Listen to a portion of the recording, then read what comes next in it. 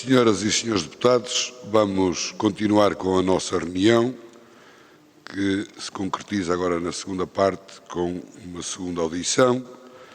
A audição ao Sr. Presidente do Conselho de Administração das Infraestruturas de Portugal, o professor Miguel Cruz, a quem eu agradeço desde já a sua disponibilidade para estar aqui presente conosco, que vem acompanhado pelo Dr. João Morgado, diretor da Rede e Parcerias. Recordo que esta audição surge na sequência de um requerimento aprovado na nossa Comissão, de uma iniciativa por parte do Partido Pessoas, Animais e Natureza, no que diz respeito ao abate de árvores junto à rede rodoviária e ferroviária nacional e sobre a alegada venda de resíduos provenientes de cortes de árvores. Nós vamos ter uma primeira apresentação do requerimento por parte do PAN, depois seguir-se-á uma intervenção inicial das Infraestruturas de Portugal, uma ronda pelos partidos e depois uma intervenção final, novamente por parte das IP. E por isso passo de imediato a palavra à Sra. Deputada Inês Sousa Real para fazer a apresentação do requerimento e para o efeito tem até 3 minutos. Faz favor, Sra. Deputada. Muito obrigada, Sr. Presidente. Cumprimento as senhoras e os senhores deputados, mas também o Sr. Presidente, agradecendo ao Dr. Miguel Cruz a sua presença. Este pedido prende-se com o alerta que foi dado e as preocupações de diversos ativistas e associações ambientais face àquilo que tem sido um abate, no seu entender, indiscriminado de árvores nas bermas das estradas, que foi justificado pela IP como uma ação de prevenção dos incêndios. No entanto, estas ações foram realizadas ao arrepio da devida regulamentação para a gestão das faixas de gestão de combustível, que guardamos desde 2022, resultando assim numa prática desregulada e, em muitos casos, considerada até indevida. Temos vários exemplos de cortes em várias regiões do país, tem gerado a revolta junto às populações, desde o Parque Natural Sintra Cascais, Santarém, Ponte da Barca, Senhora da Luz, Santa Maria da Feira, Perlada, Porto, entre outros exemplos.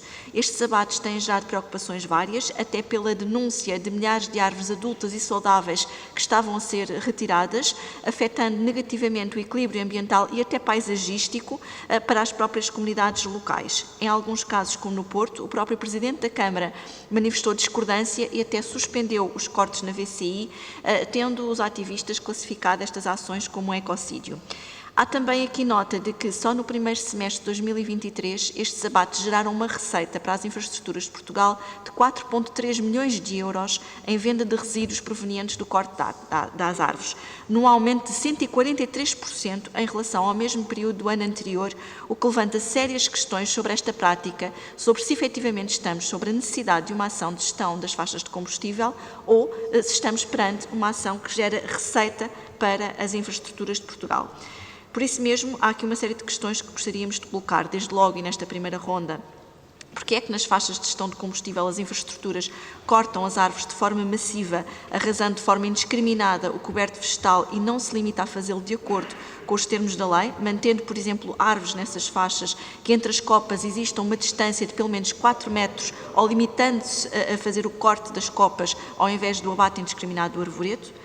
Porque é que também nas áreas onde se aplica a Lei 59/2021, tantas vezes a IP abate árvores sem tomarem medidas de compensação, como determina a própria lei, nomeadamente o artigo 17º, que determina que em caso de abate é obrigatória a reposição do arvoredo e nesse sentido, até num raio não superior a 10 km, é importante percebermos que ações é que a IP tem tomado a cabo para compensar os abates que tem promovido. Depois, seria importante perceber qual o ganho total que a IP tem tido com a venda desta madeira, ou seja, tendo em conta que contratem outsourcing com a venda de sobrantes que resultam dos respectivos abates das árvores e que percentagem desse valor é que tem sido alocada à reflorestação e à compensação ambiental, por exemplo, no primeiro semestre de 2024, acredito que possam não ter as contas totais de 2024, mas se estiverem, tanto melhor, e quais os relatórios que as comprovem, e se poderão fazer chegar a esta Comissão os relatórios, e remeto para a segunda ronda as restantes questões. Muito obrigado, Sra. Deputada. Depois da apresentação do requerimento, eu passo a palavra ao Sr. Professor Miguel Cruz para uma intervenção inicial até 10 minutos. Faz favor, Sr. Professor. Muito obrigado, Sr. Presidente. Cumprimentar o Sr. Presidente, cumprimentar todas as senhoras deputadas, todos os senhores deputados, e começava Muito diretamente por agradecer o convite para esta audição, com base no requerimento do PAN, porque este tema, e nomeadamente o tema da sustentabilidade, e especificamente o tema da sustentabilidade ambiental, é um tema extremamente importante para nós. Qualquer atividade que nós desenvolvemos tem que ser avaliada com base num conjunto de métricas associadas à sustentabilidade ambiental. É bom termos esta noção, independentemente da discussão específica à qual já vamos, que tem a ver com o abate das árvores. O tema da sustentabilidade ambiental é um tema que cruza naturalmente toda a nossa atividade, enquanto gestores de infraestruturas ferroviária e rodoviária. E, aliás, a esse propósito, aproveitava para sugerir, tomava essa liberdade, que pudesse ser consultado aquilo que nós publicamos e que temos vindo a publicar relativo ao nosso relatório de sustentabilidade. O de 2024 só será publicado com a prestação de contas, mas a informação que nós transparentemente passamos nessa matéria e onde, porque estas coisas são sempre muito importantes, é ser transparente, mas ter métricas claras de avaliação do que é o impacto da nossa atividade em termos de sustentabilidade ambiental. Quanto ao requerimento específico do PAN, e a senhora deputada Inês Sousa Real fez agora menção a um conjunto de questões que sustentam este pedido de audição. Entre eles são mencionados o tema das práticas desregradas e o tema dos cortes indevidos. Eu faria aqui só uma intervenção inicial, cujo objetivo é essencialmente tentar demonstrar que, de facto, não há prática desregrada nem há cortes indevidos, há regras e enquadramentos legais que estão bem definidos e cortes que são fundamentados e justificados. Tentarei ao melhor possível fazer essa justificação. Bom, eu não tenho uma apresentação, mas optei por trazer aqui só umas imagens de suporte àquilo que direi a seguir, até porque, em alguns casos, não há nada como, de facto, ver as imagens para perceber exatamente o âmbito daquilo que eu estarei a referir. Bom, em primeiro lugar, na prática, há 3 motivos pelas quais nós fazemos corte de árvores ou cortes de espécies vegetais. A primeira tem a ver com a gestão das faixas de combustível e que existe quer para a ferrovia, quer para a rodovia. Não sei se conseguem ver bem. Portanto, na imagem de cima o que nós temos a infraestrutura ferroviária e depois temos até 2 metros para cada lado dos carris exteriores. Temos aquilo chamada zona de reservagem. O domínio público ferroviário, este aspecto é bom terem atenção, vai até 7 metros para cada um dos lados do limite do carril exterior e a nossa zona de controle de vegetação, definida por lei, vai para além disso, vai até aos 10 metros para cada um dos lados dos carris exteriores. No que diz respeito à rodovia, centrado novamente na infraestrutura rodoviária, zona de ceifa até aos 3 metros e depois a zona de corte entre os 3 e 10 metros, quer no domínio privado, quer no domínio público rodoviário, em todos os espaços florestais. É verdade que se aguarda a publicação por parte do ICNF da nova regulamentação, mas enquanto essa regulamentação não existe, aplica-se aquilo que está definido na lei, incluindo o que está definido no anexo único. Depois poderemos ir nos casos em concreto ao detalhe, se for considerado necessário, mas, portanto, esta é a regulamentação que nós aplicamos, ao qual acresce, no domínio da ferrovia, o que está disposto no Decreto-Lei 276/2003, que proíbe árvores a uma distância inferior a 10 metros da via férrea. Mas, portanto, isto exclusivamente para a rede ferroviária, podendo ser superior se, em resultado da sua altura, as árvores tiverem um potencial de queda para a via. Portanto, primeiro motivo de corte, gestão da faixa de combustível.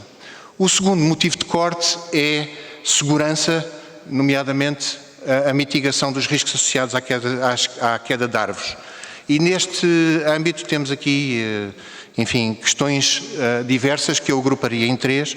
A primeira tem a ver com os problemas fitossanitários, como pragas ou doenças.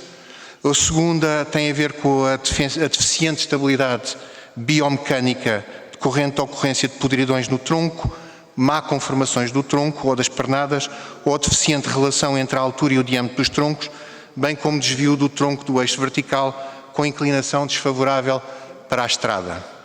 E o terceiro, problemas de ancoragem devido a deficientes crescimentos radiculares em árvores implantadas em taludes de escavação, em que estas apresentam uma posição sobranceira à estrada ou à via férrea, com raízes expostas e movimentos de terra na zona de influência do sistema radicular.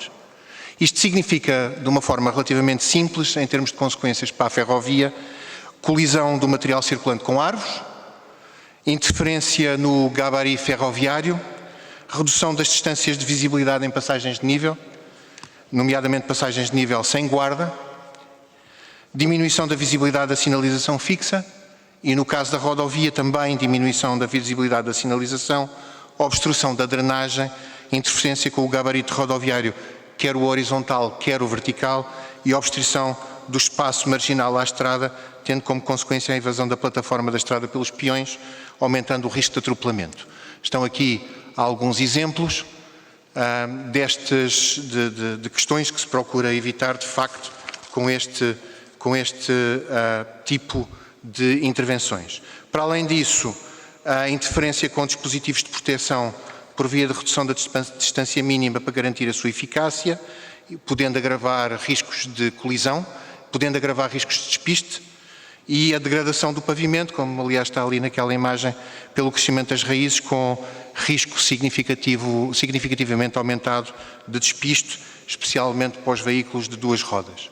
Vale a pena dizer nesta matéria que as árvores que acompanham os cerca de 14 mil quilómetros de rodovia sob gestão da IP e os cerca de 2.600 quilómetros de ferrovia sob gestão da IP são objeto de acompanhamento e são individualmente identificadas com identificação de estado, risco potencial, através de uma equipa da IP. Nós temos nas nossas equipas arquitetos paisagistas, engenheiros florestais, engenheiros agrónomos, civicultores. Nós temos uma equipa que faz este acompanhamento e que a rede é extensa e, portanto, quando é necessário, recorre também a avaliações externas para ajudar a fazer este acompanhamento e verificação do estado e risco, nomeadamente, como estava a referir aqui, os riscos para a segurança, quer da circulação rodoviária, quer da circulação ferroviária. Temos, aliás, eu trouxe aqui este exemplo, isto é na Nacional 362, um exemplo em que o que foi feito foi a poda da árvore e o objetivo era, de facto, fazer a poda da árvore única e exclusivamente para aumentar o gabarito vertical. Aqui há alguns exemplos do trabalho que fazemos em termos de gestão de arborização e daquilo que é o acompanhamento do estado fitossanitário das nossas árvores. O terceiro motivo para corte das árvores, portanto, gestão da faixa de combustível por questões de segurança, e o terceiro motivo tem a ver com investimento. Portanto, é notório, e sabemos isso, que há abates que estão associados à necessidade de disponibilização de terrenos para a execução de novas infraestruturas ou requalificação das existentes, novamente sejam elas rodoviárias ou ferroviárias, a maior parte das vezes estando isto identificado em avaliações de impacto ambiental e, portanto, com as autorizações que aí decorrem naturalmente. Vale a pena também dizer que, comum a todos estes motivos, o abate de sobreiros e o abate de azinheiras, espécies protegidas, em povoamento, é sempre precedido de autorização por parte do ICNF e, portanto, fazemos o respectivo pedido. Quando fazemos este abate por investimento, e como foi referido há pouco, no que diz respeito, por exemplo, a estes abates de sobreiros e azinheiras, nós temos, efetivamente, medidas de compensação que temos que aplicar e que aplicamos, e as medidas de compensação, aliás, têm rácios de plantação que são ou 1,25 consoante umas circunstâncias, 3 vezes o número de árvores abatidas consoante outras circunstâncias e, portanto, nós estamos obrigados a essas medidas de compensação e essas medidas de compensação fazem parte dos projetos que são apresentados. Para além disso, vale a pena dizer que no âmbito da nossa responsabilidade social nós temos vindo a promover a plantação de diversas árvores, temos aliás protocolos com diversas câmaras, só para citar um exemplo que é dos mais recentes em termos de plantação, Câmara Municipal de Monforte. Um número também muito rapidamente para dizer que nos últimos 2 anos nós plantámos mais de 5.000 árvores e temos em curso a contratualização da plantação de 160 hectares de sobreiros e azinheiras com entidades de natureza pública. E pedindo desculpa aqui ao Sr. Presidente, ultrapassei um bocadinho o tempo, só o tema da venda de resíduos. Em relação à venda de resíduos, o valor para 2024 de venda de resíduos é na ordem dos 5.912.000 euros, sendo que é bom termos a noção, e isto é comum à generalidade dos anos, as vendas de resíduos que de facto contam para este efeito são vendas de resíduos de materiais usados, nomeadamente materiais ferrosos. E, portanto, o essencial deriva de vendas de materiais ferrosos. O valor de vendas de produtos vegetais em 2024 foi de 6.800 euros. E para estes 6.800 euros contabilizaram essencialmente venda de alfarroba, venda de pinha, venda de cortiça. Portanto, o valor que é mencionado não diz respeito, de facto, à utilização deste material resultante do abate de árvores e, portanto, há um mau entendimento, penso eu, sobre essa matéria e sobre esses resultados, como aliás é transparente no nosso relatório de contas. Muito obrigado, Sr. Presidente. Novamente com o meu pedido de desculpa pela ultrapassagem do tempo.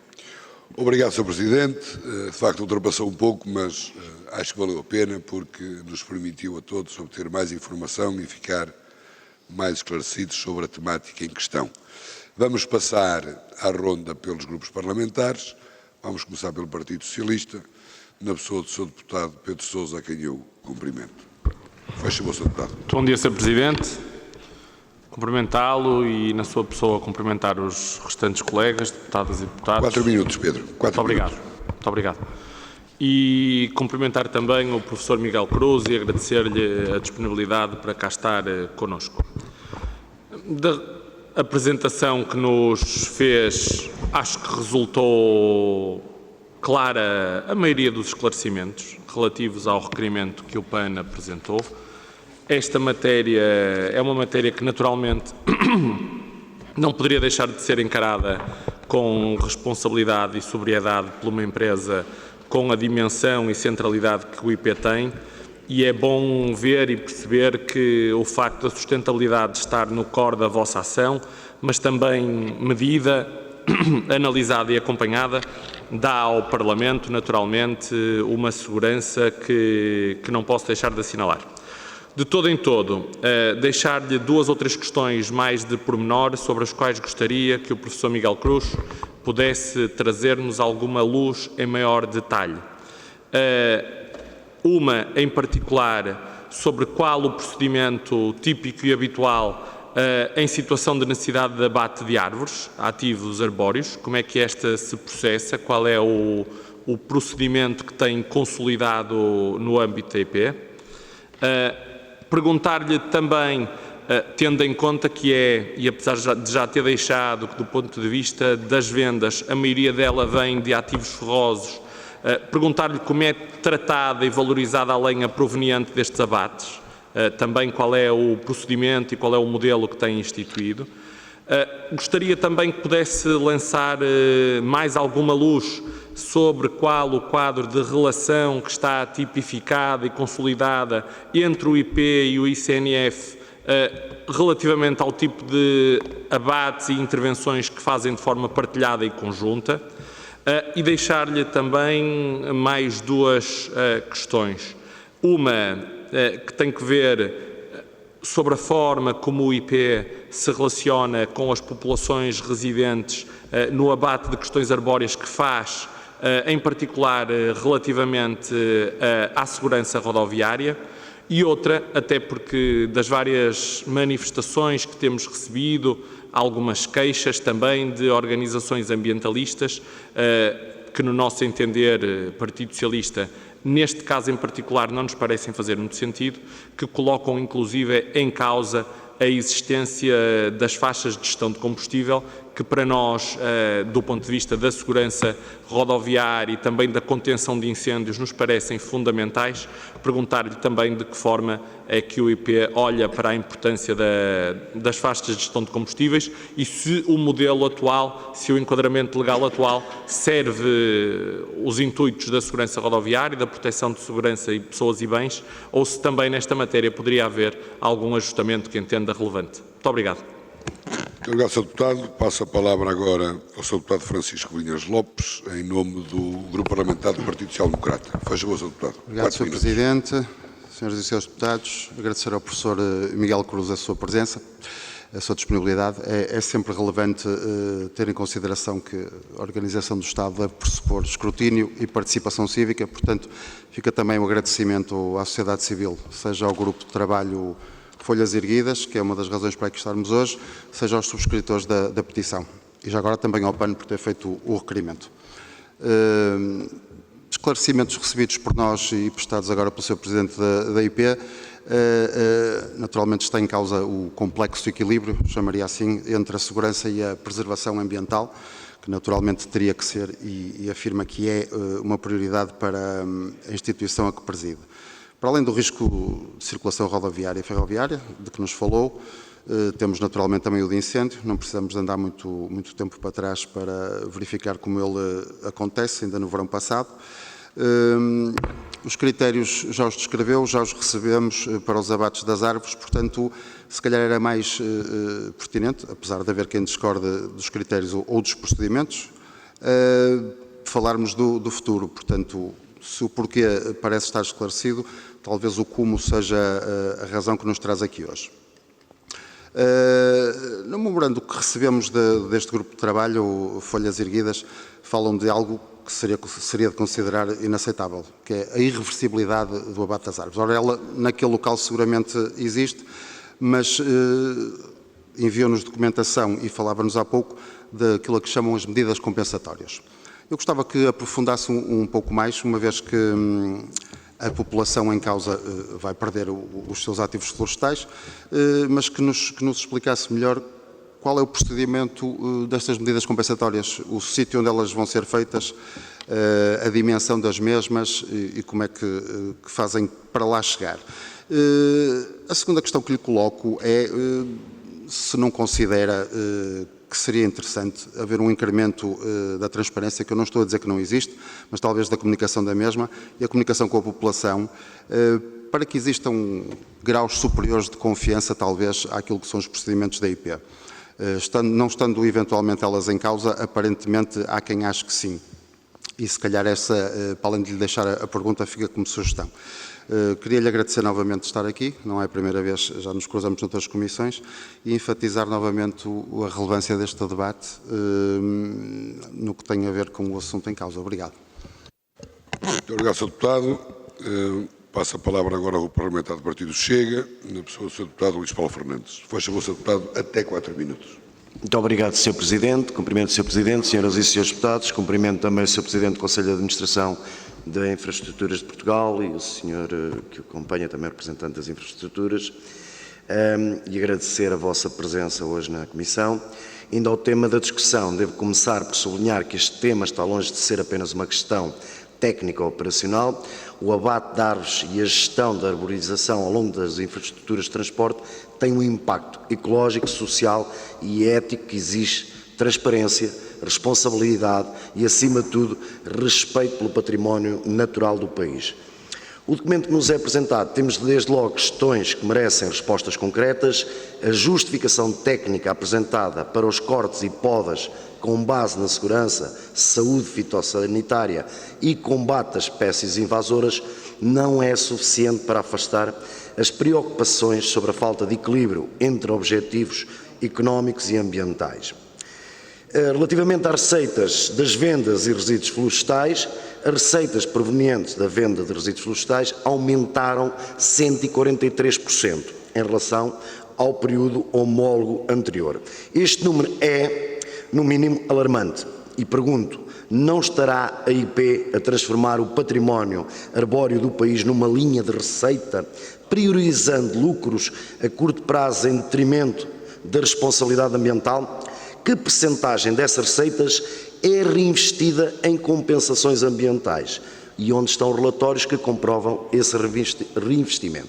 Dizer o seguinte, ora, se aumentou 143% e, como disse o Sr. Presidente, que a nova regulamentação que aguardam do ICNF ainda não está concluída, portanto, não se aumentou as faixas de proteção e de proteção de corte. Ou seja, os tais 7 metros na ferrovia, que bem disse, e os 10 metros na rodovia, não aumentaram, aumentou o trabalho. O que é certo é que, e ao Chega, o que nos preocupa é, este relatório, o governo anterior, na nossa opinião, não andou, este governo não está a andar e também já tem alguns meses, e isto é que nos preocupa, porque no verão o que vimos nas televisões foi questões de segurança dos portugueses, porque facilmente as fagulhas, o resto do que ardia junto às estradas, passava de um lado para o outro e colocava as nossas vidas todas em perigo. Portanto, nós consideramos que o mais importante também nesta situação, e hoje aqui, é chamar à responsabilidade do ICNF e do Governo que esta regulamentação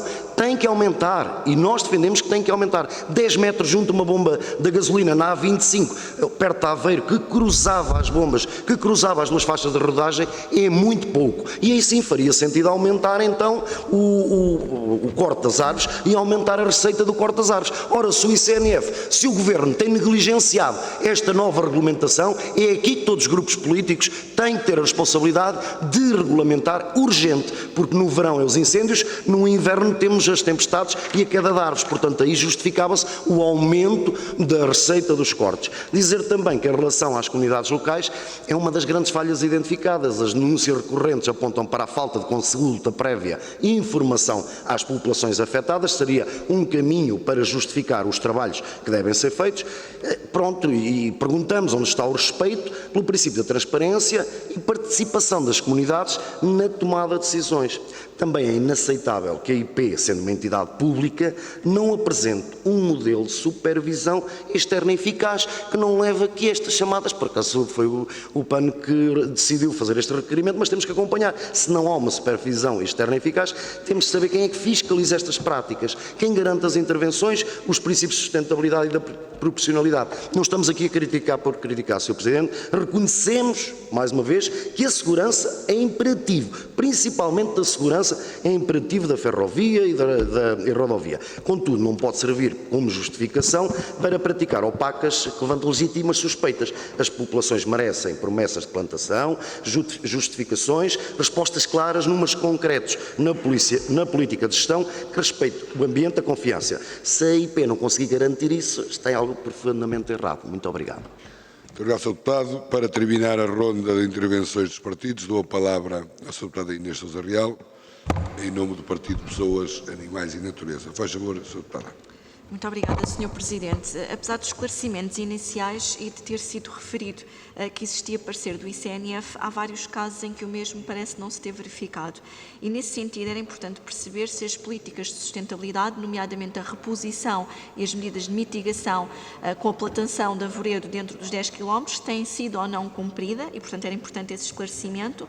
Por outro lado, também, a questão do envolvimento da população, porque não nos faz sentido existir zonas de interesse paisagístico, cultural e que não tenha havido um envolvimento daquilo que é a explotação dos cidadãos relativamente até a alternativas que passem pelo abate ou até pela redesenhar o traçado da linha, porque falou-nos na questão do investimento, e perceber se efetivamente não faria sentido fazer prevalecer o arvoredo em detrimento de dimensões económicas que possam estar subjacentes à opção do traçado passar pelo abate de arvoredo, incluindo de sobreiros e azinheiros. Por outro lado, também seria importante perceber onde é que se pode consultar o suporte documental quando decidem fazer os abates de árvores conforme estabelece a Lei 59 de 2021, portanto, se tem essa informação disponível ou não, e também, entre tantos casos que a IP não tem cumprido com todos os procedimentos legais, como a fixação pública dos avisos prévios. É algo que as populações têm queixado, e depois deu origem até a processos em que a IP já foi notificada pelo ICNF. Falo, por exemplo, do auto 1 de 2024, em relação à falta de autorização para o abate de árvores em zonas protegidas como o Parque Nacional Sintra Cascais. Foi inclusivamente aplicada uma coima e perguntamos se tencionam fazer a reflorestação na zona onde atuaram e em que efetivamente deu origem a processos por contraordenação. Por outro lado, tendo em conta o abate de espécies protegidas por lei, como os sobreiros e o exemplo da Estrada Nacional 114 e na linha ferroviária do Voga, em que, mais uma vez, falamos de valores naturais protegidos, ou seja, que medidas de compensação é que são aqui promovidas, ou se efetivamente não sentem que deveria haver aqui uma outra aposta em alterarem-se os traçados, porque esta questão, com a expansão da ferrovia, vai necessariamente colocar-se. Portanto, sabemos que o problema que agora tem vindo a ser denunciado pelas populações não é um problema que possa ser exclusivo daquilo que está para trás, mas que se poderá colocar mais à frente. Em março também de 2024, no Porto, a EP queria abater 60 árvores. Esta opção foi suspensa por ordem do Presidente da Câmara e, na altura, teriam alegado que seria por motivos de segurança. No entanto, recentemente, apenas 7 árvores tiveram autorização para os abates e, nesse sentido, esta operação vem demonstrar que a questão da segurança ou a questão fitossanitária nem sempre se coloca e, por isso mesmo, pergunto se, tendo em conta que é importante a transição energética, é importante a mobilidade, ser uma mobilidade sustentável, portanto, na ferrovia, mas isso não pode ser feito à custa do património natural. Se efetivamente não deve haver aqui também uma opção estratégica e até a alocação de recursos, e seria importante percebermos, e concluo com esta questão, Sr. Presidente, a alocação de recursos que possam ter para a gestão do arvoredo, ao invés de apenas da subcontratação, que tipo de departamento e recursos têm para fazer esta avaliação na gestão do arvoredo? Muito obrigado, Sra. Deputada. Para terminar, deixo a palavra com o Sr. Professor Miguel Cruz e, se eventualmente quiser passar a palavra também ao Dr. João Morgado, está completamente à vontade, para responder às inúmeras questões que foram lançadas e, para o efeito, tenho um tempo até 15 minutos. Sr. Professor, faz favor. Muito obrigado, Sr. Presidente. Eu vou tentar seguir aqui alguma ordem, começando aqui pelas perguntas do Sr. Deputado Pedro Sousa, mas obviamente há aqui questões que são comuns e, portanto, obviamente vou tentar abordá-las simultâneo. Bom, em primeiro lugar, só em relação à introdução, voltar a insistir que para nós, obviamente, esta matéria é uma matéria importante e não podíamos deixar de estar aqui presentes com a questão que foi colocada e obviamente que este é um tema que tem várias vertentes. Eu, se calhar, até a título de exemplo, só para dizer, vale a pena ter esse número, nós temos cerca de 100 processos entre judiciais e extrajudiciais que nos foram levantados no âmbito da circulação rodoviária por queda de árvores. E isto dá uma boa ideia daquilo que, de facto, é o exercício que nós temos que fazer, de conseguir encontrar aqui o equilíbrio entre o que é a segurança, pois a faixa de combustível é outra coisa, e a questão do investimento já lá vou, mas temos que conseguir, de facto, encontrar aqui um equilíbrio entre aquilo que é gerir as condições de circulação em segurança e prestar esse serviço às populações e, por outro lado, tentar, de facto, minimizar aquilo que é o impacto em matéria de abate de árvores. A pergunta sobre qual é o procedimento habitual do abate de árvores, ele depende muito daquilo que estamos efetivamente a falar. Em primeiro lugar, é bom dizer que da generalidade do abate de árvores que nós temos, cerca de 80% são abate de árvores correspondente à gestão da faixa de combustível. Depois, vale a pena também dizer que mais de 80% das árvores que são referenciadas como abatidas, mais de 80% são árvores que têm uma dimensão e, portanto, que têm um diâmetro inferior aos 15 centímetros. Portanto, estamos a falar, na generalidade dos casos, de árvores jovens, o que, aliás, é compreensível quando estamos a falar de um peso significativo da limpeza da faixa de combustível. Já agora, sobre a limpeza da faixa de combustível, é óbvio que a limpeza da faixa de combustível, a dimensão da faixa de combustível tem sido mantida estável e, portanto, é óbvio que aquilo que é a limpeza que nós fazemos, ou que fizemos, por exemplo, no ano 2024, naturalmente tem uma dimensão inferior àquela que foi feita no ano anterior, porque ela tem vindo a ser feita ao longo do tempo e, portanto, obviamente, a dimensão, digamos, da limpeza da faixa de combustível vai sendo inferior. O procedimento habitual de abate de árvores, como eu disse, varia. Nós temos várias circunstâncias. O exemplo talvez mais complexo nesta matéria é, obviamente, o abate, por exemplo, de espécies protegidas. Vamos supor em sede de realização do investimento. Se nós estamos a fazer um investimento relativo, vamos imaginar, também só para dar aqui um exemplo, para ser a coisa mais visível, estamos a fazer um investimento em relação a uma requalificação de uma estrada, com uma alteração de traçado. Naturalmente o que vai acontecer é, há um estudo de impacto ambiental que vai ter que ser submetido e aquilo que é este impacto vai ser submetido nesse estudo de impacto ambiental. Independentemente disso, em paralelo corre um pedido, se estivermos a falar de uma espécie protegida, corre um pedido junto do ICNF para o abate dessa árvore. O ICNF pronuncia-se junto da APA, que está a fazer a avaliação do estudo de impacto ambiental, com essa autorização, e quando tivermos essa autorização, depois há um processo que envolve aqui vários aspectos técnicos. As árvores têm que ser cintadas, elas têm que ser registadas, nós fazemos essa comunicação às câmaras municipais, juntas de freguesia, portanto, fazemos essa comunicação e depois as árvores são abatidas, enfim, de uma forma relativamente simplista. Claro que se estivermos a falar do abate de espécies invasoras, a abordagem é completamente diferente, portanto, depende das tipologias.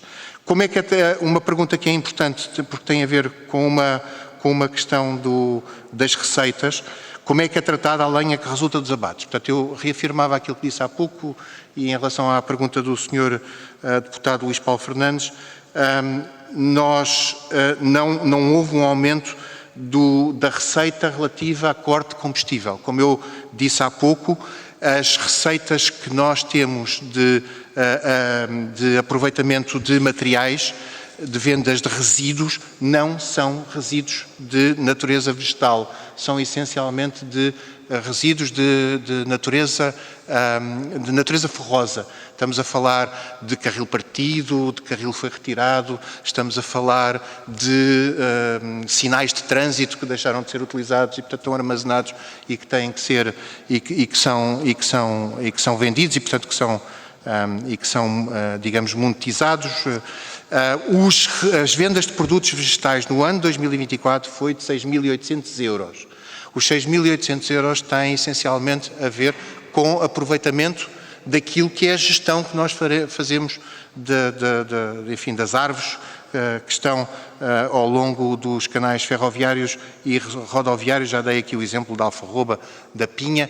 Obviamente, também por uma questão de contabilística, quando, por exemplo, há, por exemplo, alguém que abate uma árvore no domínio público rodoviário, e de forma não autorizada, que às vezes acontece, não acontece em muitos casos, felizmente, isso é sujeito a uma compensação, essa compensação entra nestes valores. Pronto, portanto, é isso essencialmente que está aqui em causa, porque a lenha que resulta dos abates, contratualmente está estabelecido com os prestadores de serviço, que são eles que recolhem e são eles que têm que depositar adequadamente e nos termos que estão previstos na lei os respectivos resíduos. Quadro de relação com o ICNF. O nosso quadro de relação com o ICNF é institucional, obviamente, mas funciona muito bem. Nós temos muitos projetos em curso, seja em termos de manutenção, seja em termos de investimento e, portanto, nós damos muito trabalho ao ICNF e, portanto, naturalmente temos uma boa articulação com eles, para além de nós trabalharmos muito com o ICNF naquilo que diz respeito às medidas e às entidades que foram criadas e aos trabalhos que decorrem dos processos de gestão dos focos florestais. Portanto, temos uma articulação muito próxima com eles, o que nos permite a nós, e agora abordar a questão das sugestões sobre o tema das faixas de gestão de combustível, permite-nos a nós ter uma articulação com o próprio ICNF sobre qual é a leitura que nós devemos ter sobre a regulamentação relativa à gestão das faixas de combustível. A regulamentação que existe hoje, nós temos que reconhecer que ela é adequada, até na sequência daquilo que foram os focos florestais que nós tivemos e, portanto, faz todo sentido, digamos, fazem todo sentido as medidas que foram definidas. Do nosso ponto de vista, há algumas questões que nós gostaríamos de ter um pouco mais de flexibilidade pelo conhecimento das situações específicas ao longo da rede ferroviária e da rede rodoviária em função da avaliação de riscos. Eu dou um exemplo. Nós estamos convencidos que, por exemplo, a gestão dos espécimes vegetais em taludes pode ser gerido de uma forma um pouco mais flexível, porque as árvores e as espécies vegetais são efetivamente importantes para a estabilização dos taludes. E, portanto, há algumas adaptações. Essas sugestões nós já as fizemos, obviamente, ao ICNF, e a nossa convicção é que o ICNF, no âmbito das conversas que temos tido, terá necessariamente estes temas em conta, obviamente sempre tendo em atenção aquilo que é a prioridade: gestão de segurança, gestão de fogos e, obviamente, minimização do impacto no tecido vegetal. Na relação com as populações residentes, e nomeadamente o tema da segurança rodoviária, esse é um tema para nós muito importante. Obviamente que aquilo que nós fazemos é termos uma articulação, e procuramos ter uma articulação mais próxima possível com as câmaras municipais, com as juntas de freguesia, quando é o caso, e tentamos envolver, até porque na generalidade dos casos, quando há trabalhos de corte, a necessidade que nós temos de interromper ou perturbar o trânsito obriga a avisar e a planear ou desvios de tráfego ou avisar a população sobre interrupções em determinadas horas. Portanto, procuramos que haja uma abordagem o mais transparente possível. Mas também direi sobre esse aspecto, e aliás vários dos senhores deputados colocaram essa questão, que em matéria de transparência e de articulação com as populações, que necessariamente é essencialmente feito através das autarquias e dos responsáveis autárquicos, nessa matéria há sempre mais que se possa fazer e há sempre mais que nós devemos fazer. E esse é um tema que nós temos uma preocupação muito grande. As instruções que estão dadas às equipas e que são especificamente dadas inclusivamente aos prestadores de serviços externos que nós temos, é de cumprir um determinado conjunto de requisitos de articulação e de transparência. Nós temos muitas ações em curso e, portanto, é muito natural que, em alguns casos, possa haver melhorias. É uma preocupação que nós temos e eu direi com toda a franqueza, não vale a pena evitarmos este assunto. Nós continuaremos sempre a insistir nesta matéria, vai haver sempre potencial de melhoria na forma como atuamos. Claro está que a forma de articulação que nós temos é completamente distinta, e isso tem que ser percebido consoante estamos a falar de gestão de faixas de combustível, e a esse propósito vale a pena dizer que nós temos todos os anos sempre muitas contraordenações que nos são feitas por causa da questão da faixa de combustível. Muitas vezes temos precisamente esta discussão de achamos que determinados cortes não eram necessários e não os realizamos nos termos que provavelmente estavam definidos na lei ou no momento exato que eram definidos da lei. Coisas como, por exemplo, quando estamos em período de chuva,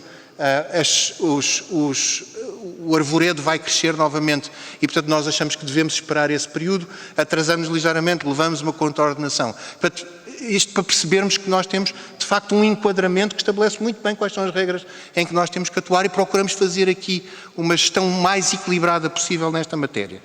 Portanto, a forma como articulamos com as populações, com as câmaras municipais, em gestão de faixas de combustível, em investimento ou em questões de segurança, em alguns casos, por exemplo, em situações de emergência, quando, por exemplo, temos situações, eventos climáticos extremos e temos que fazer alguma atuação direta, obviamente o comportamento aqui é distinto, mas procuramos ter esta relação o mais articulada, o mais transparente possível. O Sr. Deputado Francisco Covelinhas Lopes, sobre a questão do escrutínio e da participação cívica, totalmente de acordo. Esta é uma matéria em relação à qual importa, de facto, ser, digamos, o mais aberto possível até nas discussões das próprias soluções técnicas, porque as coisas vão mudando ao longo do tempo e porque, obviamente, as soluções que nós vamos encontrando, é bom que elas possam ser o mais articuladas possíveis. Em matéria de medidas compensatórias, nós temos definidas na lei um conjunto de medidas compensatórias que nós procuramos, aliás, ir para além dessas medidas compensatórias. Portanto, como eu disse, nós temos internamente um conjunto de medidas de ações de responsabilidade social que procuram precisamente ir para além daquilo que são as obrigações que temos em termos de medidas compensatórias. De uma forma muito simples, é passar a mensagem que o que nós temos que fazer é, quando temos medidas compensatórias para aplicar, as medidas compensatórias são, temos que ter 1,25 daquilo que abatemos se no terreno onde vamos instalar, estamos a falar de sobreiros e azinheiras essencialmente, não houver nem sobreiros nem azinheiras. Se houver já sobreiros e azinheiras, temos que fazer 3 vezes aquilo que corresponde ao que nós abatemos. E, portanto, aquilo que nós fazemos em termos de medidas compensatórias é, quando definimos as medidas compensatórias com o ICNF, damos início imediatamente a um processo de identificação de quais são os espaços onde podemos, porque estamos a falar de espaços alargados, onde podemos de facto fazer esse tipo de plantação.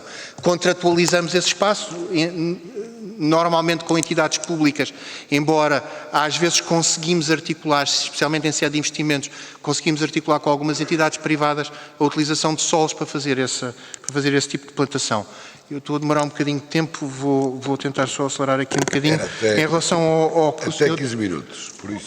Em relação ao Sr. Deputado Luís Paulo Fernandes, aumentar o corte por faixa de gestão de combustível, eu, com toda a franqueza, diria que isso não é necessário. Eu acho que podemos discutir algumas medidas de racionalização ou de especificação da faixa de gestão de combustível consoante o objetivo. Já agora, Sr. Deputado, no que diz respeito à proteção do edificado, as regras relativas aos espaços da faixa de gestão de combustível são distintas das estradas ou da ferrovia, mas há de facto algumas coisas que no nosso entendimento pode ser melhorado na gestão da faixa de combustível, mas não aumentar a gestão da faixa de gestão de combustível.